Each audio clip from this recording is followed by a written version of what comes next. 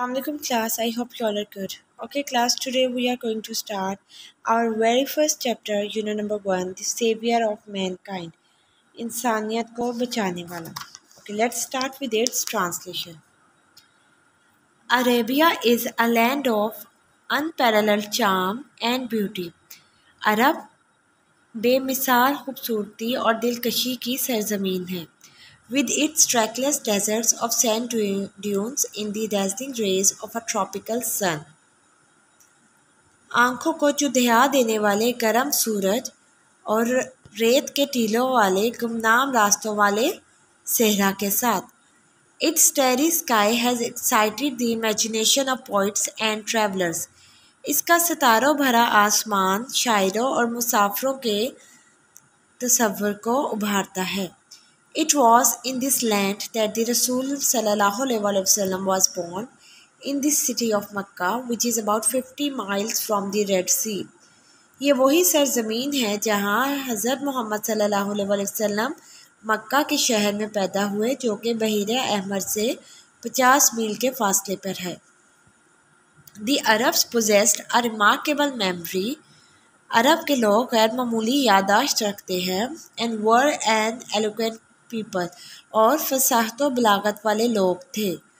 Their eloquence and memory found expression in their poetry. उनकी फसाहत व बलागत और यादाश्त का इजहार उनकी शायरी में मिलता था. Every year a fair was held for poetical competitions at Ukaz. हर साल उकास के मुकाम पर एक शायरी का मेला मुनक्किद किया जाता था. It is narrated that Hamad said to Khalif Walid bin Yazid.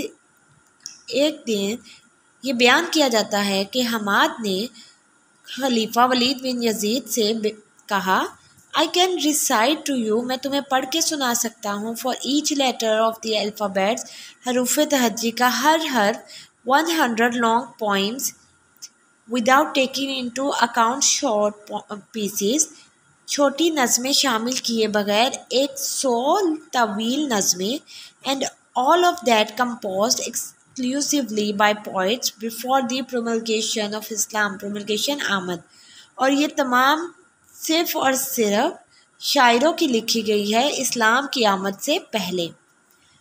It is no small wonder, ये छोटा मौज़ा नहीं है, that Allah Almighty chose the Arabic language for His final dispensation and the preservation of His word. ये कोई छोटा मौज़ा नहीं है कि अल्लाह ताला ने अपने आखिरी अशात और अपने आखिरी पैगाम की हिफाजत के लिए अरबी ज़ुबान को चुना. In the 5th and 6th centuries, 5वीं और 6वीं सदी में mankind stood on the verge of chaos. इंसानियत तबाही के किनारे पर खड़ी थी. It seemed that the civilization which had taken 4,000 years to grow had started crumbling. ऐसा दिखाई दे रहा था कि वो तहजीब जिसने बनने में या परवान चढ़ने में 4,000 साल लगाए थे, वो टुकड़े टुकड़े होना शुरू हो गई है.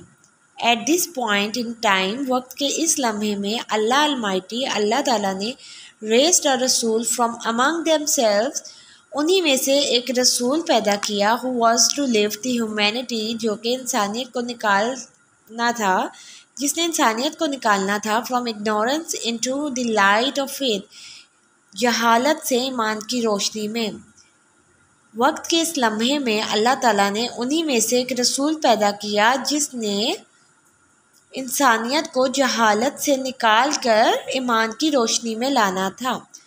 When हज़रत मोहम्मद सल्लल्लाहु अलैहि वसल्लम was 38 years of age, जब हज़रत मोहम्मद सल्लल्लाहु अलैहि वसल्लम 38 साल की उम्र के थे, he spent most of his time in solitude and meditation.